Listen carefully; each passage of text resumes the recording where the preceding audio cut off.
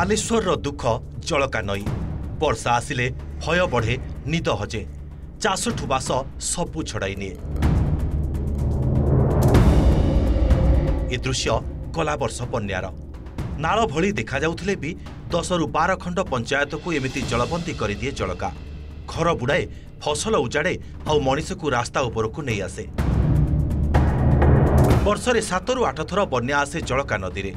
दुर्बल नदीबंध कारणरू प्रतिवर्ष गाँव में पानी पशे सबुकिछि छड़ाई निए। नदीबंधर स्थायी मरामती पाई बारंबार दाबी जणाउछंती अंचलवासी। नेता मंत्री ठारू नहीं विभागीय अधिकारी पर्यंत समस्त पाखरे गुहारी होउछंती। हेले केवल वर्षा आसिले प्याज पकाई काम सारी देउछि प्रशासन। केतेबेले बालीबस्ता तो केतेबेले माटी मोरम पकाई काम चलाई दिया जाउछि। निम्न मारर पथर प्याचिंग भी हेउथिबा अभियोग होइछि। वर्ष वर्ष धरी बन्या विपत्ति भोगुथिले भी कोनोसी स्थायी समाधान करा जाउनी। बन्या आसिले हमर माने घरर प्रत्येक परिवार समस्त आम अनिद्रा रहू कहीं के मुहूर्त भी जो लोका नदीबंध एत दुर्बल कौ मुहूर्त कौट भांगी जाई पारे। तो लोकंकर एमिति भयभीत होइचंती जौका नदी कथा कहले लोकंकर आखिर लुह सरेनी। आमर दुखटाକୁ से नियंतु आमर जौका नदीबंधटाକୁ पूरा वाल गोटे दियंतु मथानी छक ठारू आपनकर जौका ब्रिज पर्यंत गोटे वाल देले निश्चित भाव में टिके शांति आपातत आम पिला छुआ नहीं शांति शोई पारि। एत दुख जेटा कि आम जीवन मरण समस्या भितर से 4 मास रही आमको गवर्नमेंट किसी जदि यार प्रतिकार करते आम उपकृत हूँ किंतु आम कथा को शुणुचु किए कई शुणुना बहुत भय। वर्षा आसिले चर्चा थाए जलका।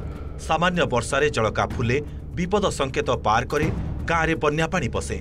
आकार देखिले एक नाल सदृश जलका नई हेले प्राय स्थान में बंध दुर्बल 3 रु 4टी स्थान विपद संकुल। एसबू स्थान में बंध धसिले किंबा भांगीगले अवस्था संगीन हो जाए। विशेषकर बस्ता ब्लॉकर नुआगाँ राउतपड़ा पड़ासिया बेगरपड़ा आदि गाँवर हजार हजार लोक जलबंदी हुअंती। बारंबार बन्या फल लोकों चाष जमी भी नदी गर्भकू चलीगला।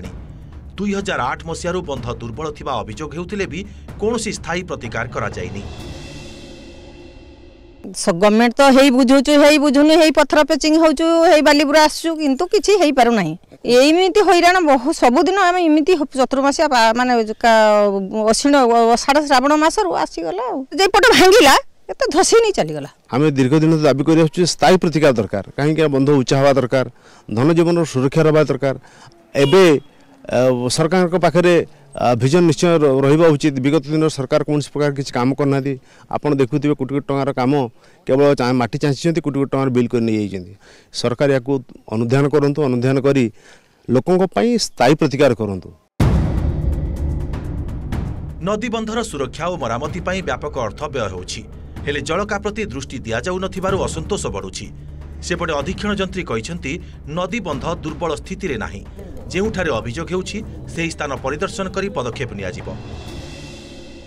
बंध तो सेमती किछि दुर्बल हेनी कि बा बन्या बंध भांगी जवार सेमती किछि संभावना नाही। तो हमर जो दुर्बल थिला हमें ताको स्ट्रेंथन कर दैछु एते सुधा हमर सेमती किछि संभावना नाही जे भांगी जवा पई जोडी जोडी अभियोग करछि हमें ताको निश्चित भाव बुली की देखिबा एवं ताको पदक्षेप जा नवा निश्चित भाव विभाग तरफ नवा। जलका नदीर पुनरुद्धार कार्य हेबो एवं एठिकार स्थायी प्रतिकार हेबो ताहाको नै लोक माने अपेक्षा करछन्ती। बालेश्वर बस्तारू कैमरा पर्सन अविनाश ठाकुर प्रकाश मोहंती, ओटीवी।